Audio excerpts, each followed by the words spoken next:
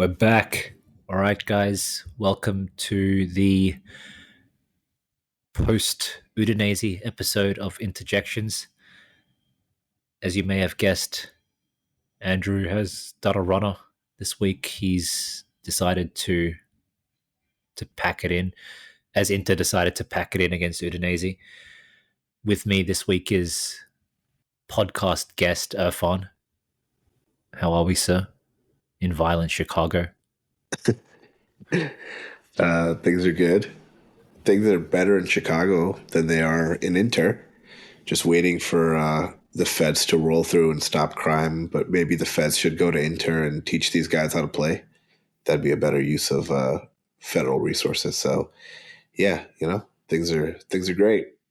Thanks for your comments, sir, as I hear the outside the window. Mikko, in Finland, give me an update. Yeah, recording in my car, escaped from my home, crowded by people like family, trying to chip in this dark moment when we first had our hopes up and then they came crashing down. But yeah, a bit mixed thoughts at the moment, and let's see how this goes. Haven't kind of been able to organize my thoughts properly, like what's going on, but let's give it a try. Is it customary in Finland to refer to your wife and son as people? Sometimes. That's what I like about the Finnish, nice and detached. Speaking of detached, we'll get there. We'll talk about Udinese, but apparently we have not convened following the Torino win, which I missed the first half of. But let's start on a slightly positive note and do a quick recap of the Torino game. Obviously, as everyone knows, a emphatic 5-0 victory over the future Asllani team, Torino. No doubt Irfan will say it's because Asllani had not yet settled into the team that we were able to destroy them so easily. But let me ask you a question here. Was that result a little bit misleading? I mean, as mentioned, I did not watch the first half, but some of the goals in the second half, man, those were just gifts, to say the least. Irfan. Yeah, I mean, I think Torino's pretty bad. The team looked sharp, though. Inter looked motivated. I think they played pretty well that match. But yeah, I mean, I think a lot of it was because Torino was so poor and they didn't have their marquee signing in the midfield, who did play yesterday, by the way, and helped Torino secure a very important 0-0 draw. So, I'm just saying, I think we benefited from Asllani not being on the pitch for them. But no, in all seriousness, I think we played pretty well. The strikers looked sharp. But yeah, I mean, a bunch of the, Lautaro's goal was a total gift. A bunch of the goals were kind of more Torino being bad than us being good. But yeah, I mean, 5-0 is 5-0. So, they gave us false hope that they knew what they were doing and that they were really motivated and they could kind of push through and have a successful season, and then only to come back to what happened yesterday, which we'll talk about. But yeah, everything started off well, and we looked like we were in control. Sucic had a great game, and everything seemed to be looking up at that time. If we could just rewind back to after that match, that'd be great. 5-0 is 5-0, he says. I mean, how dare you even say that as an Inter fan? You should know that. That scoreline is banned from all Inter discussion, henceforth. But yeah, I think you're right overall. But I want to ask you, Mikko, I saw a couple of very specific comments which said we actually look like shit in the first half and that Torino could have made it 2-1 or 2-2, but missed a bunch of easy chances. Is this true? It's so far past in the history, but yeah, I do remember there was some kind of a mixed plays or like a confusing situations, but I don't remember, did they really have that many chances to kind of make it 2-2 even?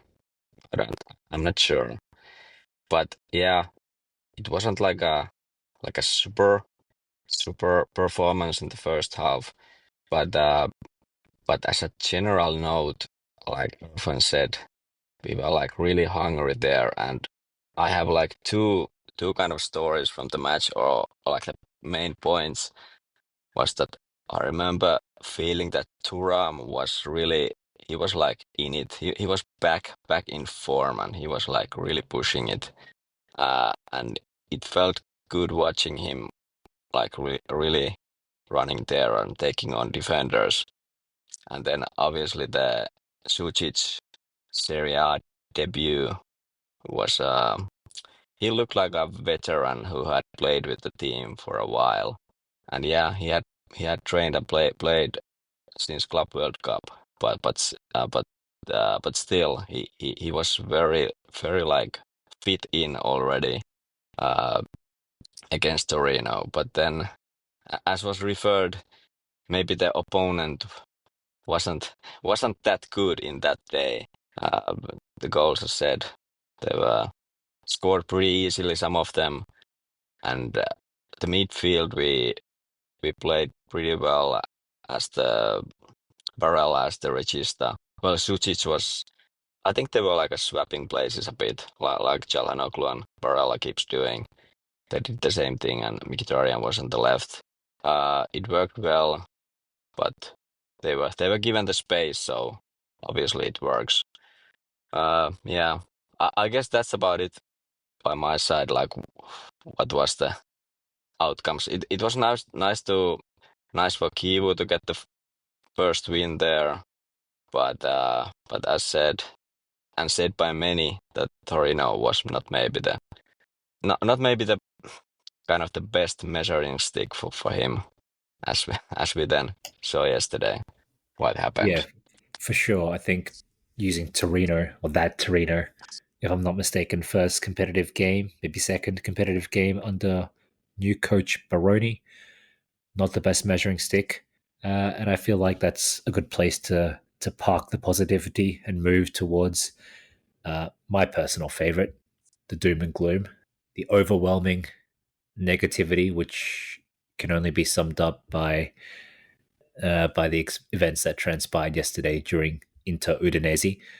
Now, I'm going to quickly reference something that Andrew had said, where I believe in last week's episode, you guys previewed the season outcomes, such as the Scudetto winner and the top four places.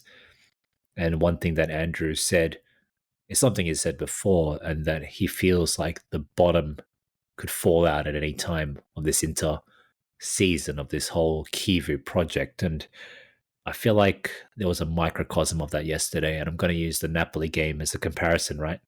They struggled against, I think it was Pisa they played against. I think they needed a 94th minute goal to win, to barely scrape a 1-0 win against the relegation side in Pisa. But It was Cagliari this weekend. oh, was it Cagliari? Yeah. Okay. Yeah. So, well, that makes it slightly better than Pisa, doesn't it? But in any instance, they struggled. They looked very poor.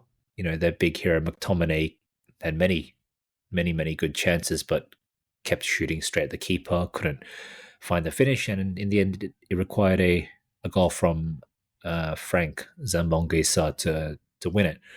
And the comparison here is that both Inter and Napoli were at some point in their respective games staring down the barrel of a disappointment, right? I mean, Napoli, obviously reigning champions, second game of the season. They want to start the season strong. Still early days, so everyone's full of enthusiasm and excitement. Home game, of course, against a very beatable side in Cagliari. Their fans would have been expecting a convincing win, a convincing performance, a commanding and entertaining display from Napoli. Big new signings like Kevin De Bruyne, and instead, what they got was a bit of a letdown, you know. And as mentioned, they were at some stage in this match staring down the barrel of a disappointment. But their disappointment would have been a scoreless draw against the Cagliari side. You know, they would have been creating chance after chance. And then, as mentioned, McTominay just didn't have his shooting boots on that day, spurned numerous glorious chances. But even had that disappointment transpired, the the fine details would have been missing, the finish, the goal, but otherwise Napoli would have created all the right moves and they would have kept a clean sheet and they would have come away with a point, albeit a lot of disappointment as well. Inter, on the other hand, we were also simultaneously staring down the barrel of a disappointment. And for us, that disappointment came true. But for us, the disappointment was not, damn it, we really should have beat them, but this stubborn side held on for a gutsy 0-0 with a bit of luck. For us, it was yet another lead thrown down the toilet, a come-from-behind loss against a smaller side, at home, no less. And this is something that we were complaining about throughout long stretches of last season, that we just keep doing this shit. Now, just like the Torino match, I failed to wake up in time for the first half of this game. But when I turned on my phone and I saw, to my surprise, that we were trailing 2-1 at halftime, I saw that we had scored first, and then we had surrendered the lead in the span of 11 minutes. And I pretty much knew we were done from that point on, because that's been the story of this club for quite a while. We just don't seem to be able to stop the leaks when they start happening, and we seem unable to pick ourselves up off the floor when we get hit with a quick disappointment, like 2 quick goals in the span of 10 minutes. I think the penalty was fairly straightforward, and I think the goal from Arthur Atta was a great goal, but one that should have been covered by Bisek or Acerbi. And look, ultimately, they scored in what, the 40th minute? You have 50 plus minutes of game time to go and at least grab an equalizer, but you couldn't even do that, you know? Forget overturning that result to 3-2. At least grab a fucking equalizer, guys. Am I wrong here? Like I said, with Napoli, the disappointment would have been a 0-0 draw, but for us, the floor fell out, to use Andrew's term and phrase again. You can't do this early in the season. You can't just go and, again, throw away a lead and then lose a home game. That's like the worst of the worst way to lose. So I'll ask you, Mikko, am I over exaggerating how bad this loss was? Is the fact that it was so early in the season, does that kind of like absolve some of the guilt? Oh, Mikko's just had to drop out, so I turn the question to you, Irfan. Yeah, I mean, look, I think it's fair. I think everything you said makes sense. I do think that giving them a little bit of the benefit of the doubt because it is so early in the season is one thing, but you start to see like patterns, right? Even in one match, you can start to see patterns, and some of the patterns that we saw in this last match were very similar to stuff that happened last year in the league. One being that, Bisek can play a great game and he can be really good, and then he does some sort of, lax play. Like in this situation, I'm not gonna like sit there and like criticize everything he did, but you would expect someone when they're running and they're that close to the box to kind of square away and stop the player. And he just kept running alongside him for a while, and it didn't make a ton of sense. Like he was clearly worried that he would get past him, but you gotta have to anticipate a little bit that the guy's going to shoot too. So it was bad defense. And we've had freak handballs happen to us all the time. They happen to every team, but you're right. It's how the team responds, and I just didn't see enough of a response from the team. The attacking was predictable. I don't really know why Kivu brought Pio Esposito on before he brought Bonnie on. I feel like Bonnie is a better player to have out there when you're trying to chase a goal. But either way, it just showed that there wasn't enough, right? Like you don't have someone off the bench you could bring in to like dramatically change the course of your game, course of your attack. And then the defense, to me, Udinese had more shots on goal than us, and some of that is obviously because our strikers and midfielders and other players just couldn't shoot and get a shot on target. But I feel like we've always been pretty low efficiency shooters. But we gave Udinese way too much in that match. Like, for someone playing at home who's supposed to have a really good defense, a defense that's settled and doesn't need any other additional help, like, we gave Udinese way too much. And even if you just omit the goal itself, we gave them way too much respect in the attacking phase and in the midfield phase. And I don't know. I didn't see a cohesive, confident team display, and that's really disappointing because I feel like the team coming after a 5-0 win should have done a better job of maintaining its composure, but being aggressive and being confident. And I just saw all of the same sort of warning signs that we saw in the league so much last year. So that was very frustrating. I thought Bonnie was a great, not to overuse the word, but a microcosm of the kind of greater issues we're seeing at play here. It's easy, mate, to come on when you're 4-0 up and score some shit goal against the Torino. It's not so easy to come from 2-1 behind and overturn the result. And I think you see, like, I'm not going to blame Bonnie for not being able to overturn that result, but it's easy to add to the result when it's 4-0 up. Not so easy to overturn it when you're 1-0 down and facing down, staring down the barrel of a humiliating loss. So I think it's a hard lesson for everyone involved. And Irfan, give me a tactical breakdown. What went wrong? To me, it was notable that Soleil had a dominant performance, as did Christensen. Were we too reliant on aerial balls despite having a lot of dribblers like Thuram and Bonnie on the pitch? Yeah, I think that's definitely part of it, which goes back to why I'm not sure why Esposito came in before Bonnie. I would have put Bonnie in first. This we were just the attacking was way too predictable. Like, you could tell as soon as Udinese scored that goal, they shifted into sort of fortress mode, and they were defending everyone behind the ball, and we had no answers. Like, we tried the same sort of tired cycling through the corner of the midfield into the wing backs so that they could put in a cross, and it was so predictable. We had like 3 or 4 guys in the box, and all of their defenders were already there. There's so many crosses and other passes that were coming in from the side that were completely blocked off by Udinese, and we couldn't do anything in the transition sort of phase of the game. And it just, I don't know, it was just so predictable and pathetic. Like, by the time the second half started, you were already sort of worried that, like, how are these guys going to score 2 goals? Because you still expected them to try to get out and score 2 to overturn the result completely.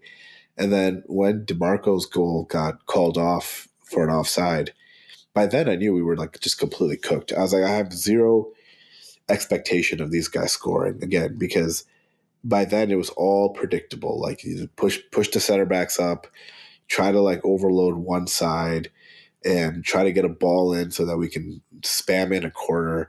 And yeah, you can spam in all the corners you want, but they've got like 4 or 5 tall people defending corners against your team. It's a low success sort of low efficiency sort of attacking plan. And so I really didn't see that. I didn't see the benefit of that at all. And again, hindsight's 2020, but I would have put in Bonnie first before we got so desperate that we were playing against, like, 2 rows of 4 defenders, just blocking our ability to do anything. So tactically, yeah, it was the same sort of tired, predictable attacking. And on the front end, there was just way too much room and respect given to Udinese moving through the midfield and into their attacking phase. Like, the defense and the midfield did a very poor job. I think Hakan was totally pedestrian. I think Sucic had a bad game after a really good game, the first game. And you when you let yourself get down, when you give up 2 goals at home to someone like Udinese, who's a team that is supposed to struggle to score, like, you're just asking for it because you know what they're going to do. And then you're just playing against, that momentum the whole match. So, yeah, tactically, I think like giving up those 2 goals, I think really hurt us, and then having the same sort of tired attacking plan didn't help us try to get an equalizer at all. I think till the invalid goal DiMarco scored, I think we looked pretty good in the second half, in a sense that we really piled the pressure on them. But it was, I think it kind of, I don't know, did it end right after that? But when Kivu made the first sub, was it Pio for, or was it Mkhitaryan for Sucic? I don't remember. Was it the same sub slot? But I think it kind of slowed down our ability to put the that kind of pressure which resulted this DiMarco goal, which was overruled eventually. I think if we would have got that goal, we would have certainly won that match. I was like absolutely certain when we scored that, okay, if this goal stays, we're gonna win this. But as the game went on, like you said, it wasn't very creative. We tried the same thing all the time. And in the end, when we have those like 4 forwards there at the same time, uh, it didn't feel like that, or it didn't feel like they were able to do much because Udinese was there in their box, like most of their, I don't know, whether most of their players, like 9 players were in their box just defending. And I don't know, did we have like any? Well, we have one chance when Zielinski got his double kind of shot chances on the edge of the box, and he kind of fucked up both of them like badly. And I don't remember what any other cases when we were able to kind of create those type of chances right in the middle. Otherwise, it was just this kind of a spamming the crosses, and Udinese was very good defending them. We weren't able to kind of connect them properly. Well, we connected them, but kind of the headers weren't top notch. I remember Thuram actually had like, did he have like 2 separate pretty good chances to head the ball, but he didn't manage to do it properly. I remember a week ago against Torino when he scored, was it 4-0 goal with his head, and afterwards he said that he was kind of messaging to his brother and father in the stands how he can score with his head as well. But yeah, it's easy there, but try to do it now when it's like really matters. And now, now he kind of didn't succeed in that when we really needed those goals or that one goal. So yeah, it's a tough situation with Kivu at this point when you throw everything there and it doesn't like work at all. At least in my point of view, it didn't work at all. This 4 attacker kind of a formation. But like it It, goes back to the tactics, right? I mean, so Udinese had Soleil, who's 6'4", Christensen, who's 6'6", and Bertola, who's 6'4", who was replaced with somebody right after the half with who is 6'6" for Udinese. So they knew what was coming. It's so predictable. They had every single one of their center backs is taller than 6'4", and we're sitting there spamming crosses in. It's just, you got to play the numbers game at some point too. You got to know what's going to work and what's not going to work. And I don't know, they were prepared. They knew what to do. As soon as we went down, they knew that all we could do is cycle the ball out to the corners and try to spam crosses in, and they were ready for it. So you got to give them credit for that. They cleared pretty much everything. And the chances that we did have, our players just, couldn't get the ball even on target. So even with us attacking relentlessly for like at least 45 minutes, Udinese still ended up with more shots on goal than us. And that speaks to our inability to kind of figure out and create good chances and get the ball on target. We just can't seem to do that. Can I ask for a sec? Is Acerbi finished?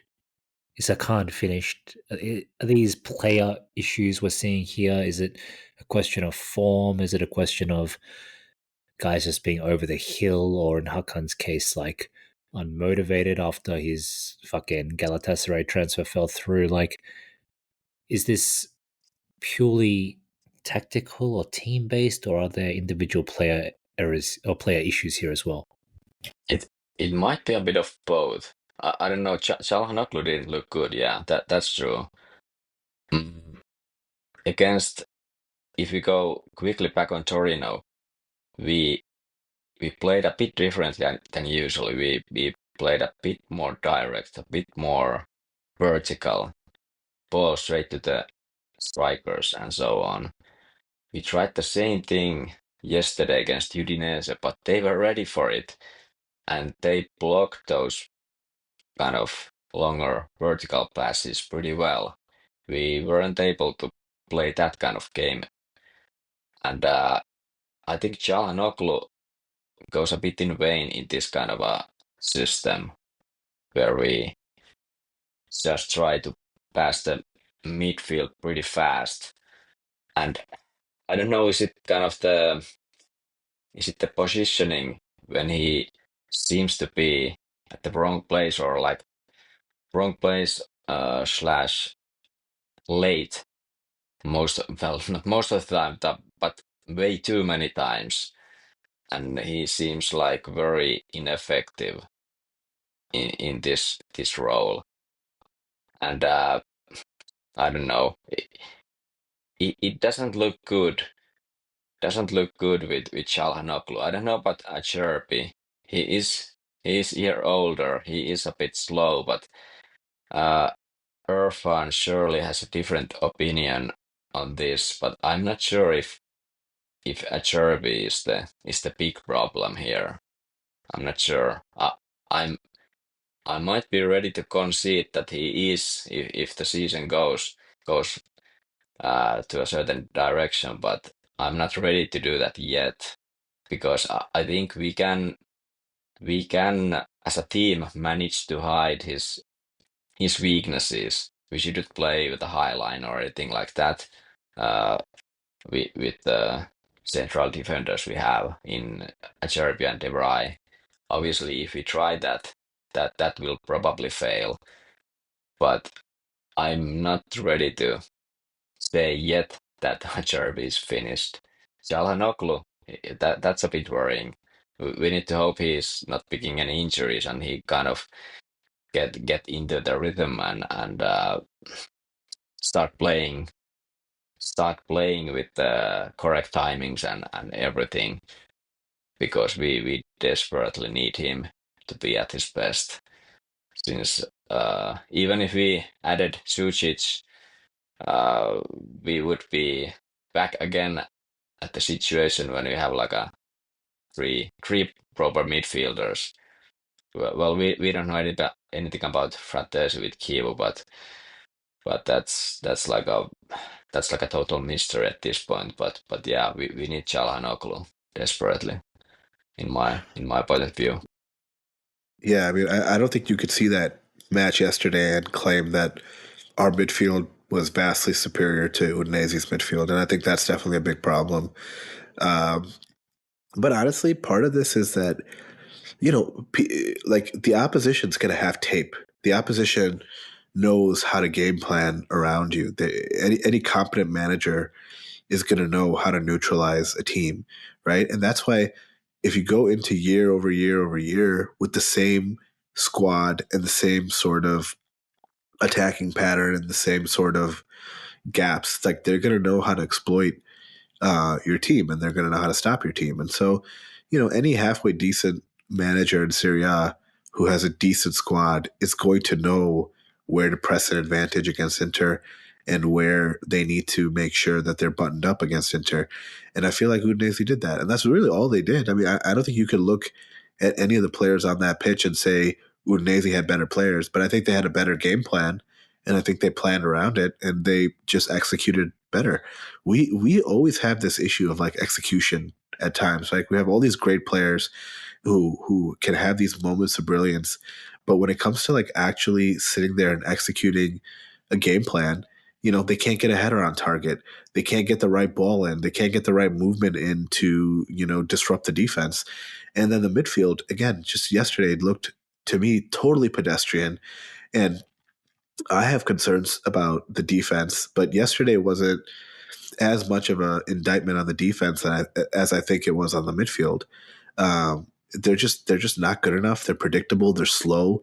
There's no element of the kind of play that Atta guy did, where one of our midfielders could kind of run in on transition and unleash a shot either outside of the box or near the box. Like it's just we don't have that sort of dynamic. Nor do we have the sort of dynamic where someone who's trying to do that against us is going to just go in there and like, knock the guy off the ball and retrieve the ball. Like we don't have that either. So it's just like a bunch of like, I don't know. It's a bunch of pedestrian sort of predictable players doing what they've been doing for the last 4 years. And anyone with half a brain should be able to game plan that. And I think Udinese purposefully did. I mean, he took out one of their center backs, who was probably the weakest in the air, and replaced him with another 6'4" center back who's good in the air. And they were ready. They knew what was coming. They knew where the threat was coming from, and they did a good job of neutralizing it through their midfield and their defense. I feel like this is a pretty natural segue to conversation about the Mercato. And as we record this, there's a few hours left remaining in the Mercato. We don't expect any deadline day business, do we? But it just feels like there were gaps or opportunities identified at various stages in this Mercato. When we've talked about Lookman, we've talked about Leone, we've talked about Manu Kone and whatever. And all of a sudden, like what, the gaps are no longer, the gaps are no longer there or something. We didn't get any of these players. We did not get Leone. We did not get Lookman. We did not get Kone. But what, again, those gaps are now don't exist, or we're just choosing to ignore them or trying to plug them through other methods. The only one we can even remotely point at is Diouf, but that guy looks like an absolute shit tard based on the metrics, because he's like, his little stat polygon or whatever you want to call it, that's like, and those diagrams always show how uninvolved someone like Fratesi is, but this Diouf guy, his stats graph or polygon makes Fratesi look like a prime Xavi, the guy just cannot pass, cannot score. All he can do is surge through the midfield at pace, apparently. And while that in itself is quite useful, it just feels like a bit of a, I don't know, it feels like a strange decision to spend 25 million on this random kid who is still, when I say kid, I mean 22 or so years old, who offers little but this one thing, and this is in a context where our rivals are signing proven players like Rabiot and Modric, and I forgot who Juve signed, but you get my point. What is this Mercato, guys? Mikko, let me start with you. Okay, let's start with the start. So first one, we got Sucic. Didn't seem like a superstar or anything. Well, he isn't a superstar, but he feels like a good player who can fit in, like we saw against Torino. Not so much against Udinese, but he will improve. I'm sure that he is super useful. Then we got who we got? Well, we decided, okay, we're gonna keep Pio Esposito. That feels like a good decision. He looks ready. I think he can play against real opponents in Serie A. Okay, who we got then? We got, was it Bani or Luis Enrique? Those guys. Well, that's 50 million to both of like in total to those guys. Those are bench players by default. Okay, fine. Luis Henrique hasn't looked too good, but I'm hopeful he will improve and his kind of ability to dribble and his speed. I think he will be useful somewhat at least. The price might be, well, could be questionable, but I'm not like super concerned with him. Bunny, he seems useful as well.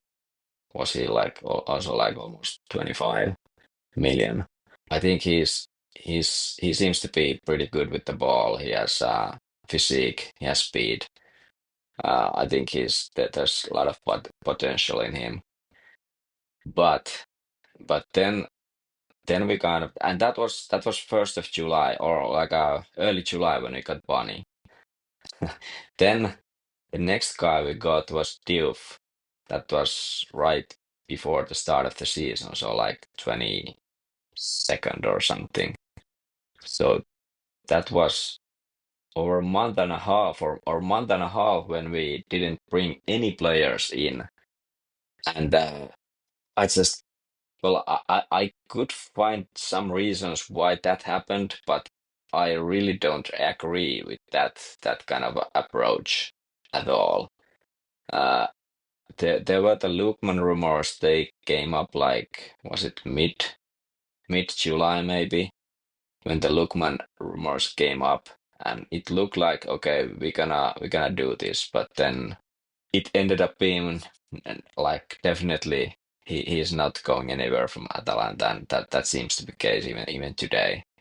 I don't know what the fuck Atalanta is doing, but that's another discussion.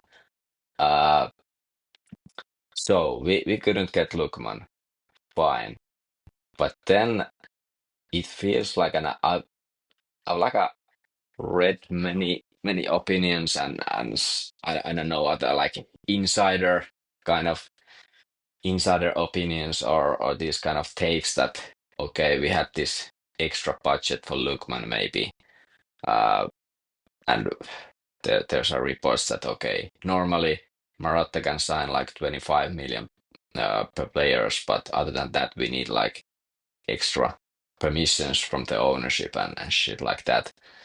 That sounds, well, that sounds insane, but okay, let's play with that theory. So so we have a permission to sign Lookman, but that doesn't go through. So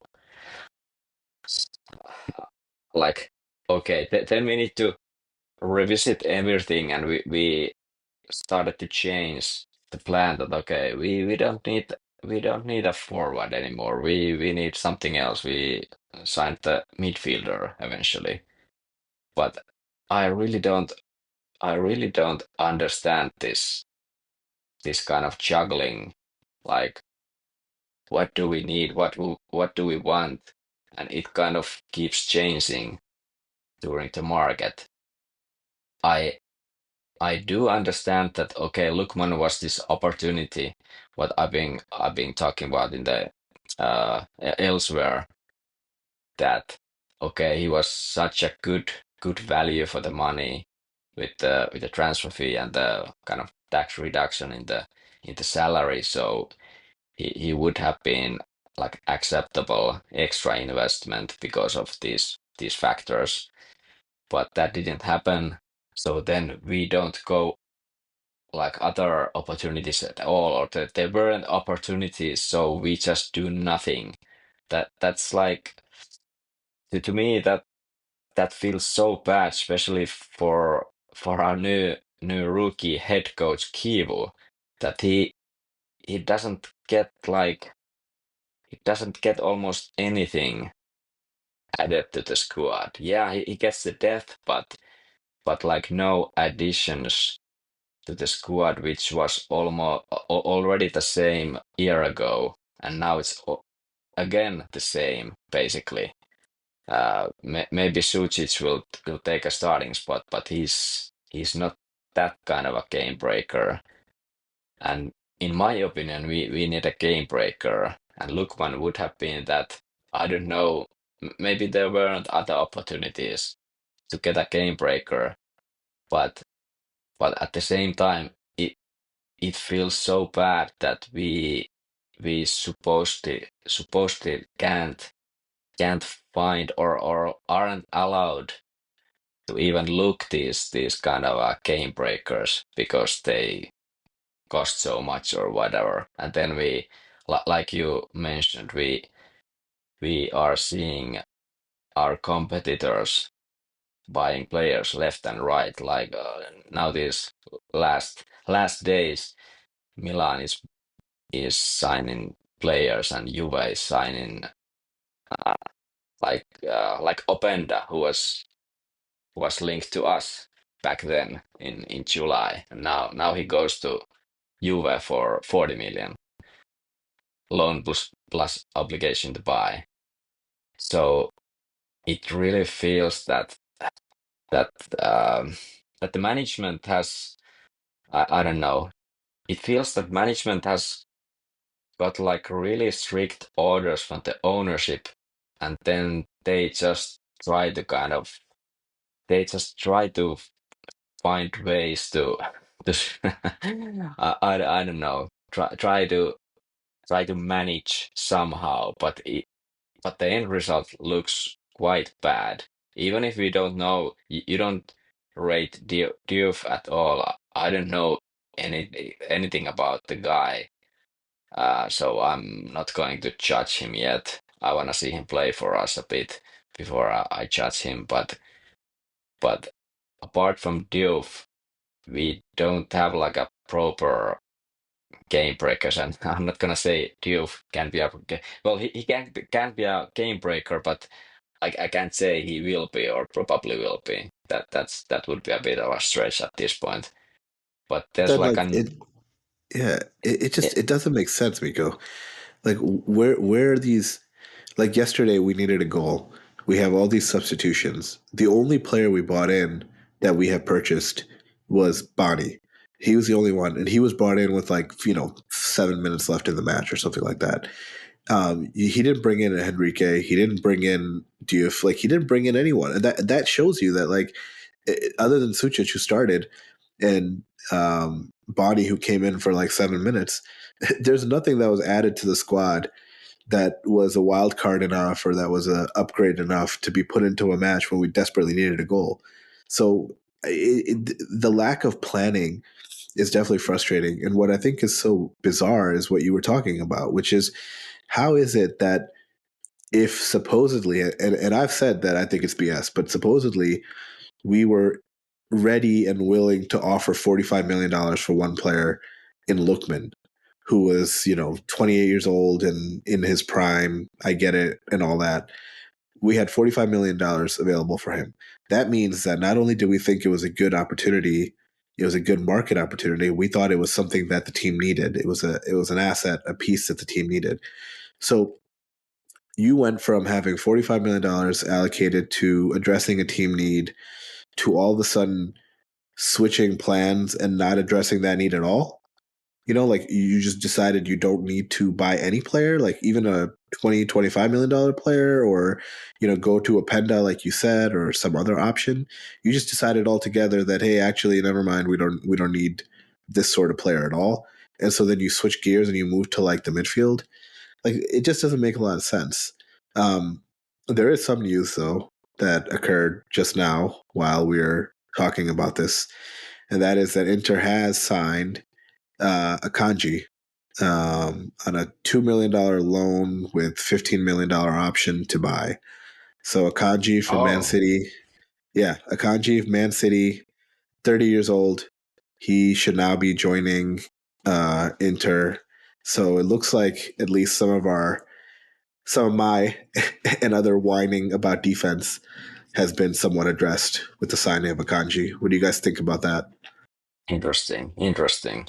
So I guess it's okay to get more depth there, but then it again begs the question, like the timing, like may, well, yeah, okay, I get it. Maybe like at the end of the market, the price is different than like 2 weeks ago or a month ago for akanji, or I don't know why akanji was even on the market, but that besides the point. Uh, yeah, I guess it's good. I guess it's good. We have more depth. If he can play in the middle, maybe he's a bit faster than a Cherpian or De Vrij. Maybe we can play more high line. I don't know. Those are the first thoughts of this, but I can't say I have like extensive experience watching Akanji. So I remember we were linked to him like 2 years ago, maybe 3 years ago. I don't remember when he was at Dortmund. I think he was linked to us. Yeah, And it this is a good player, guys, and one that comes with a certain kind of minimum threshold of performance, of pedigree, of prestige and class. This is a guy who was on the pitch when we lost to Man City in the Champions League final of 2023. He's right. a very capable defender. Problem is obviously his injuries and uh, yeah, just general fitness concerns. So I'm more confused about, is this just like an extra depth signing, or like I initially saw the rumors were linked to a potential Pavard departure, so it was like a Kanji is the Yeah, replacement for Pavard if Pavard leaves, but what is yeah. Pavard That leaving then, or what? that that would be a disaster if we remove pavard and add akanji. Like akanji added would be nice or is nice, definitely. But if we if we then sell pavard, like what's the point? That there must be something. If pavard goes now, there must be something behind the scenes we don't know at all, because I just see any point in that, like from club's perspective. Any thoughts on like why that would be? Why that would make sense? Isn't Akanji like at the same, like is it even a bit older than Bavard? Yeah, he's a year older. Akaji does Okay, play. He'll play center back, which is good because it gives us some protection there. But yeah, I okay. completely agree with you. If we're bringing him in just to get rid of Pavard, this is like a no value added move. It doesn't do anything for us. Um, so let's see. Okay, so there's a buy clause. Buy clause becomes mandatory if Akanji plays at least 50% of the games and if Inter win the Serie A. Okay, well, probably not gonna be mandatory buy clause. But yeah, that a pretty good deal given that it's just a loan. Part of salary coverage. Well, that's a cheap one then if City pays part of the salary as well. All right. Uh, Hard to even say Okay. where things will go with the remaining couple hours. Like this Akanji deal came out of relatively nowhere. I'd say Yeah. we saw it at earliest today, and then it was closed today. But Yeah, he, so I he, feel he a little bit. was he was going to Milan like yesterday, or there were like links to him to Milan. Mate, don't get me started on Milan and their, you know, Well, generational Mercato.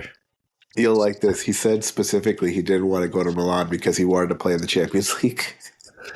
Uh, Okay, yeah, now there are reports that we would be open letting Pavard go on loan to Marseille.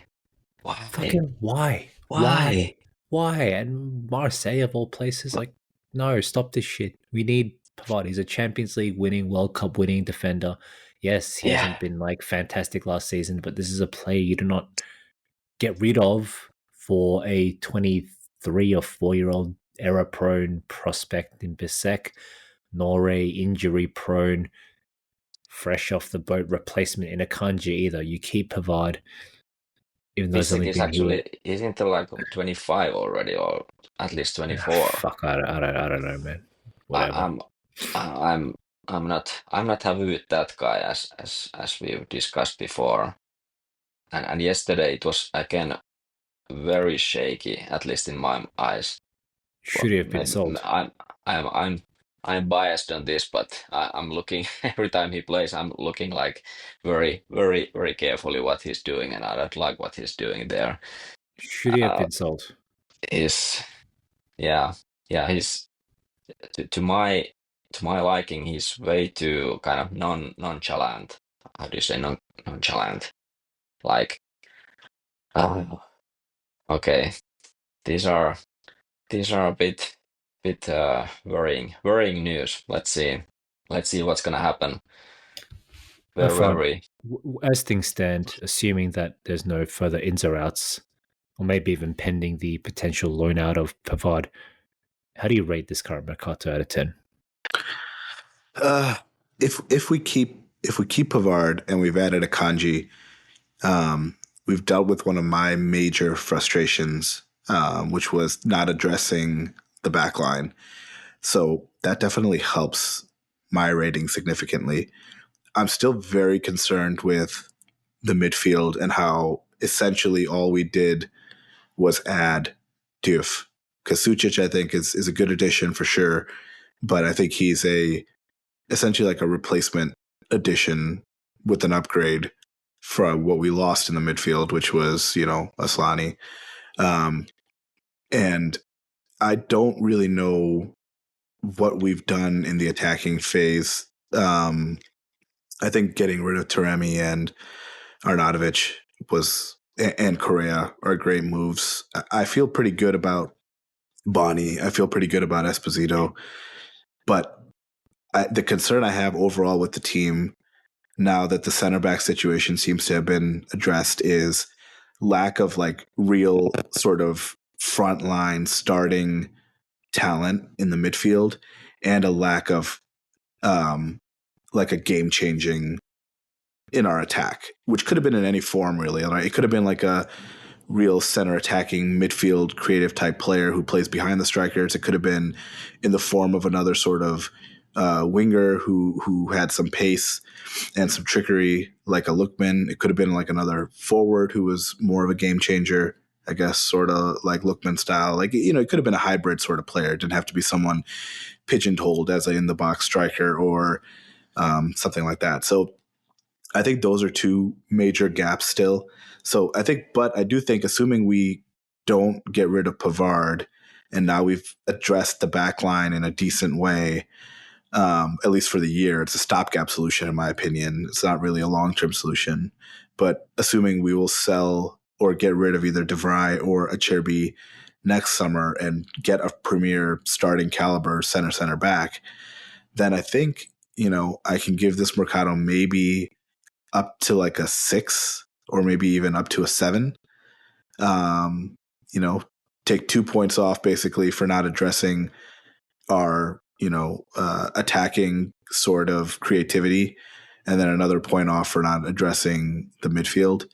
But just cycling through some of the shit that we had on this squad, I think deserves some credit if we're not going to be too dramatic.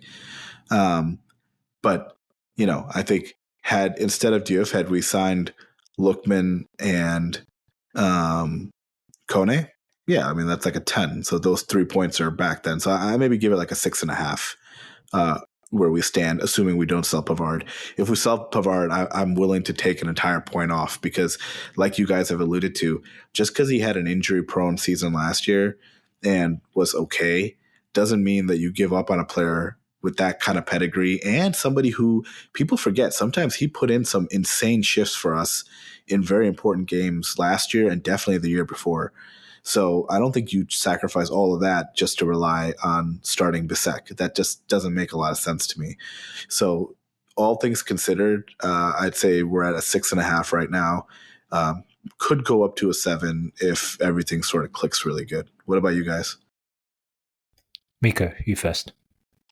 All right. Well, I'm gonna kind of start with the fact that apparently we have lowered our squad cost compared to last season, and that is something which I don't like, because that kind of defines what we are as a club at the moment. We try to cut the costs apparently any means necessary, without kind of, we try to mask it as, okay, we didn't sell any big players, we didn't sell any players from our kind of main squad, and we kept our squad. Okay, yeah, I understand the point. The squad got to the Champions League final. Squad got 1 point they were 1 point from the Scudetto. Yeah, that's cool. But that shouldn't be the level where we should be kind of targeting. And if we are like lowering the costs, that's maybe because of good kind of business we got out of this stupid duo in our stupid trio of forwards in our bench from last season. That was a big cost in total. But still, the overall quality, is it really there? Like do are we content with our starting 11? And it seemed that the management feels that okay, this is what we have, and let's go with this. Or I'm going to be a bit of a I'm going to go there and defend the management a bit because that's what I usually do. But seriously, uh, I kind of get that if the ownership tells them, okay, we need to slash the costs now, like what are you gonna do? How are you gonna do it? Uh, then there's not much they can do. They can start selling the starters, but that might be like the whole thing might come crashing down with that policy. So they might be in a tough situation with doing decisions uh, with the money. And there's been discussions that okay, there's money available, and I believe there are money available or was money available for Lukman, for example, for Kone. We made those offers, even if Irfan doesn't believe that we really made those offers, but they just weren't successful. But then that begs the question, like what are we doing? Like why we keep juggling like this? And and the and the kind of words I remember Marotta talked about, was it maybe two days ago or like in the weekend? He referred to the ambitions of the club, like the market and the team is in accordance with the ambitions of the club, and that kind of sounded funny, even if he didn't probably meant it that way. But it feels like they are it is really like that. Like the ambition is not to win everything. It's just to kind of keep making enough money to to be profitable or not make losses to the ownership, so that they don't need to chip in any money, that the club will kind of survive on its own. But then the sporting side is just like okay, do whatever you do, but just don't lose money. Like go to the Champions League, and that's enough. Scudetto or fourth place, that doesn't matter which one. You just get to the Champions League and you get to the knockouts, that extra like 60, 70 million per season. That's enough.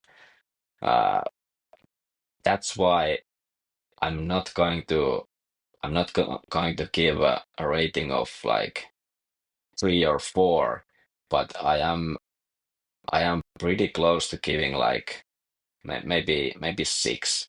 I'm not I'm not going 7.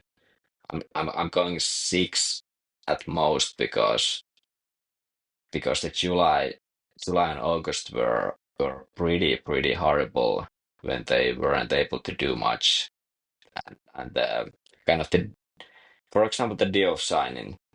He who doesn't have Diouf available for this Udinese match, he can't use the guy because he's been with the club for 1 week only, and he probably doesn't fit.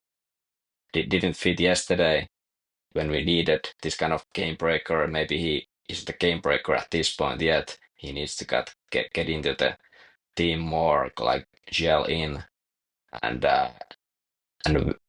we got him at the weekend when we started the league. Like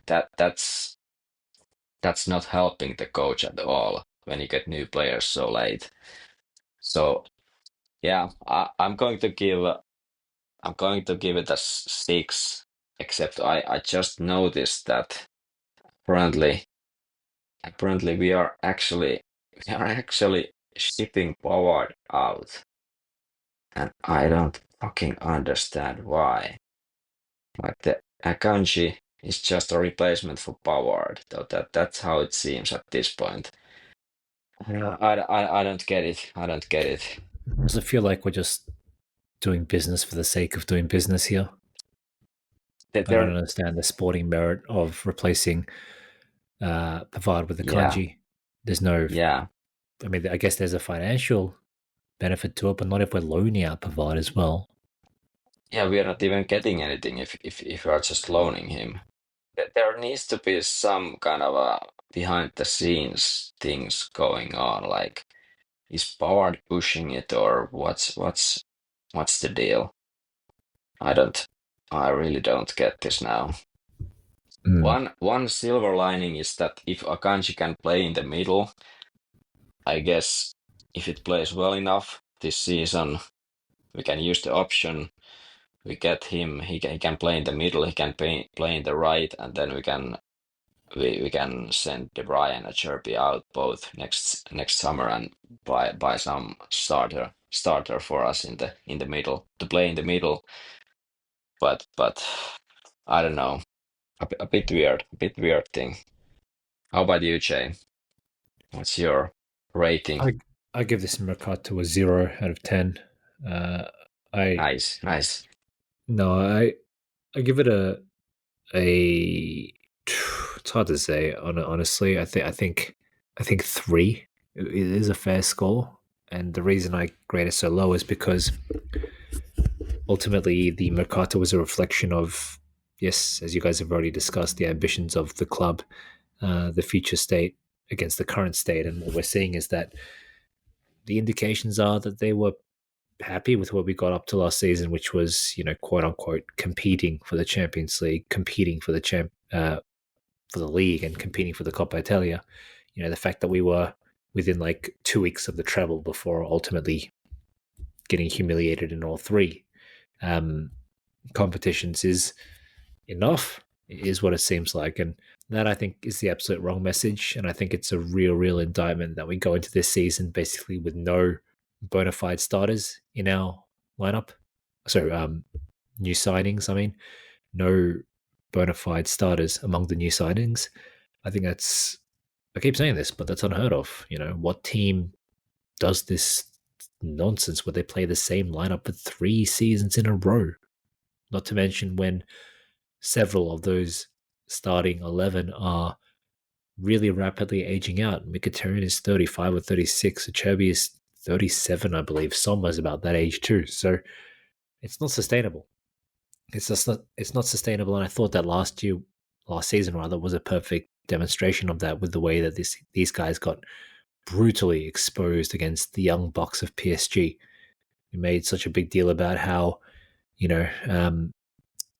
the Champions League was like the perfect fairy tale send off for these old, hard veterans who get one final battle to go down in a blaze of glory and immortalize themselves. But no, instead, it was just a brutal reminder that no matter how much sentiment and meaning behind it, no matter how beautiful the stories of a Cherby and whatever, it doesn't beat these young pricks with speed and aggression and hunger. That's just the way it is. And we now go into this season a year older, a year more jaded, the same guys, and I think with a just incomparably worse coach as well. So if the Mercato includes this just colossal downgrading coach, then I'm going for like a 1, to be honest, because I don't see how any serious club on the planet can get to a Champions League final, the precipice of a travel, and go, yeah, okay, the coach is leaving, you know what, that can happen. But then how do you go and replace him with like probably, in terms of experience and all that, one of like the bottom 5 coaches in Serie A at this stage?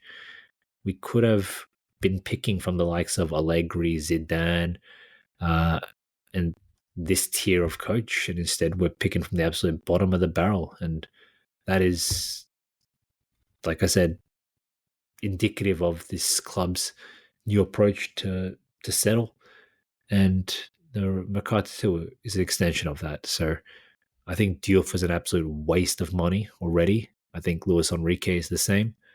I think the Zielinski the Zalewski transfer was terrible business, and the fact that we didn't even apparently ask Atalanta to include Lookman or to take a discount on Lookman for Zalewski was just pathetic in how we dealt with that situation. I know we spoke about this before, or you guys spoke about it before. And again, the big thing here is I don't think Bonnie and Pio is enough in attack. There's no big firepower. There's Pio, who is a absolute unproven quantity at the high level, despite the fact that we all already love this kid for, let's be real, no reason other than the fact that he's an Interista through and through, and that he looks like he's straight out of a fucking World War II black and white photo. Other than that, like, there's not much to really go off here. Scoring in Serie B is, even Pinamonti could do that, right? And it's just not enough. Bonnie is also like a barely Serie B level or Serie A level player with one season at top flight. The rest of his career has been in Serie B, if I'm not mistaken. We've taken two Serie B. We've taken one guy who's fresh out of Serie B and one guy who's 1 year out of Serie B, and these are supposed to be our backup attackers. It's ridiculous, absolutely ridiculous. There's no stars. There's no undeniable quality in attack. No big names. No big firepower. I think that's going to cost us dearly this season. So I'm going to focus on just that front line as the main issue here. But yeah, I think that is, again, a microcosm of the greater Mercato issues. And for me, I'm going to revise my earlier score of 3 out of 10 to a 2 out of 10.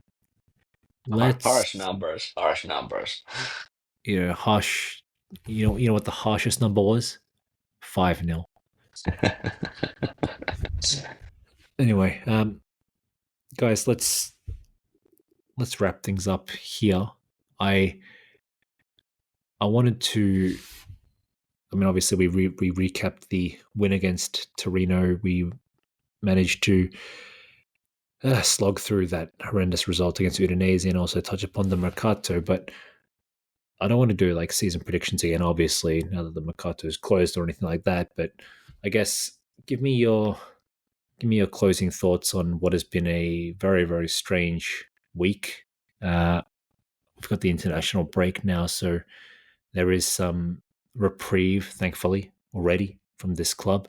But give me some final thoughts. What are you looking forward to in the next 2 weeks, other than Italy again disgracing themselves? And what should we be focusing on here for the next few weeks to months?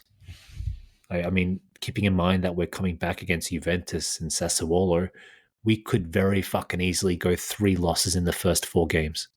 Irfan. Yeah, I mean, I was somewhat excited about this akanji news, and then I saw all the chatter about Pavard pretty much heading towards Marseille, so I'm back in my everything sort of sucks mode. I don't know, man. I'm not looking forward to a whole lot, to be honest with you. I think you guys made excellent points about how we're going into this season without any real starting level replacement. And that's one thing if you have a team full of youngsters, but it's different when you have a team full of older veterans who've had off-season controversy and all this other sort of stuff. So I'm not looking forward to a whole lot. I was really excited about Sucic after his first match, but then he kind of fell back down to earth in the second one. And that's natural. I'm not saying anything bad about him. He's going to have an up and down season. So I don't know, man. The only thing I'm looking forward to is hoping that, with the exception of Napoli, everybody else sort of sucks too, because they have a bunch of players they need to integrate, and they haven't done an all that great job either. So maybe that's something. But at least it's going to be an interesting season, because I think for the first time in a long time, we don't really know where this team can end up, right? Like, it could surprise people and be a real strong team, or it could completely just tank also and have like a historically bad season. So there's some excitement in the uncertainty, I guess, and we should just learn to embrace the uncertainty and see where it takes us. That's all I got. Yeah, I'm kind of looking forward to the Juve match because that's a tough one for Kivu. He will have Juve away and then straight in the midweek game, uh, Ajax away. So that's a tough kind of a double header away matches right after the national team break, which is typically not that good for Inter, if I remember. There are several cases when we haven't gone back to those breaks and get a good results. Yeah, I'm mostly looking at those two matches. We can discuss the Champions League draw maybe next in the next episode. We can cover that one. But yeah, the season start with one loss already. It kind of gives immediately this huge pressure for Kivu to deliver because Napoli, okay, they didn't play good, but they have max points and we don't have. You have max points, so we are like already trailing by 3 points, which is absolutely terrible at this point since Kivu is the new guy. He needs to learn his ways. He needs to understand kind of how the things are going at the top, and while delivering results every week, twice a week actually. So it's a bit different what he's used to, and he needs to kind of do it right away. Now he's lost one game, and he can't drop too many anymore. So it's really to me interesting times, but also a bit scary if it goes the wrong way. Like what's going to happen then if it starts kind of spiraling to the wrong direction. We hope that's not gonna happen, but I guess everything is possible given what happened yesterday. Any positive feelings or thoughts by you, Jay, for the future? Mate, what do you think? Clearly, the No. answer is no. Yeah, I like I said, I think this is going to be. I think this has potential to be a historic disaster of a season. I'm talking like Stramaccioni, where we finished ninth, but maybe even worse. So, um, I'm not confident with the coach. I'm not confident with the boys who are here, and I'm not confident with the direction of this club set by the ownership, nor the Mercato we've had. I feel like there's gaps no matter which way you look at it. I feel like we are largely depending on the existing guys to have monster seasons, and that will allow someone like Sucic to come to the fore and shine and eventually take Mkhitaryan's role. But even that is, very much at best a hope right now because he played like shit yesterday and he looked very naive against Torino. Sorry, against Udinese. He looked out of his depth physically. He looked out of his depth technically as well. He just looked like he was playing too easily and getting overwhelmed, just outmatched, outpaced, outthought in the speed of the game, and not a good sign. And we spoke about Juve already. Even against Torino, when we were like 5-0 up, he looked like a retard. So he obviously wasn't trusted to play against Udinese either. So everywhere I look, there's things I disagree with, and despite despite enjoying a good grumble and always liking to take the piss, I'm not always like that. Normally I look to things that the club's doing, and I like quite a lot of it. I like this move, I like this transfer, I like this loan deal, whatever it might be. For example, I loved the Zalewski signing.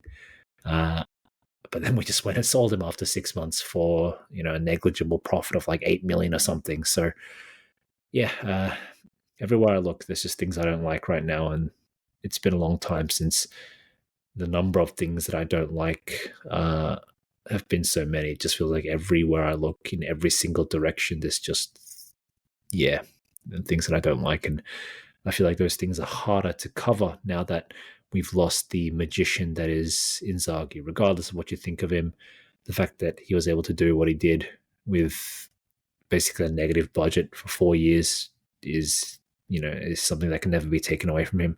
Again, despite other issues that I totally acknowledge. So yes, I think it's looking for a long season up ahead. But this is where we will leave you today. I just want to say that I've already got money on a Milan and Arsenal to win the league double futures. So that is the hot tip for the week. Milan Scudetto, Arsenal English champions. Other than that, any final words, guys, or shall I leave it with you, Mikko, to sign us off? Yeah, maybe we wrap this here, and yeah, I guess there's your doom and gloom is pretty kind of it covers the whole thing, all the kind of aspects of Inter, but maybe to me maybe the biggest is the ownership, kind of the long term thing for me, that what is this, or where is this club heading to? Are we heading to where Milan were heading? Now they kind of reversed a bit, signed few more expensive guys there in the end of this window, probably related to Allegri's demands and what he told to the club. But I really feel that we might be heading to that early Milan Redbird direction. So it is a bit worrying situation. Let's hope the stadium thing will go forward, and maybe Oak Tree will sell us to some proper owner. Though I don't know who that could be, but at least at this point it doesn't look like they are the one owner who gives a shit about the sporting results at all. Only the kind of the profits. All right, in that case, let's leave it there. Irfan, Mikko, thanks for joining me. As always, thanks for listening, guys, and we will see you next week. Mikko, would you care to sign us out? Forza Inter, fuck off Oak Tree.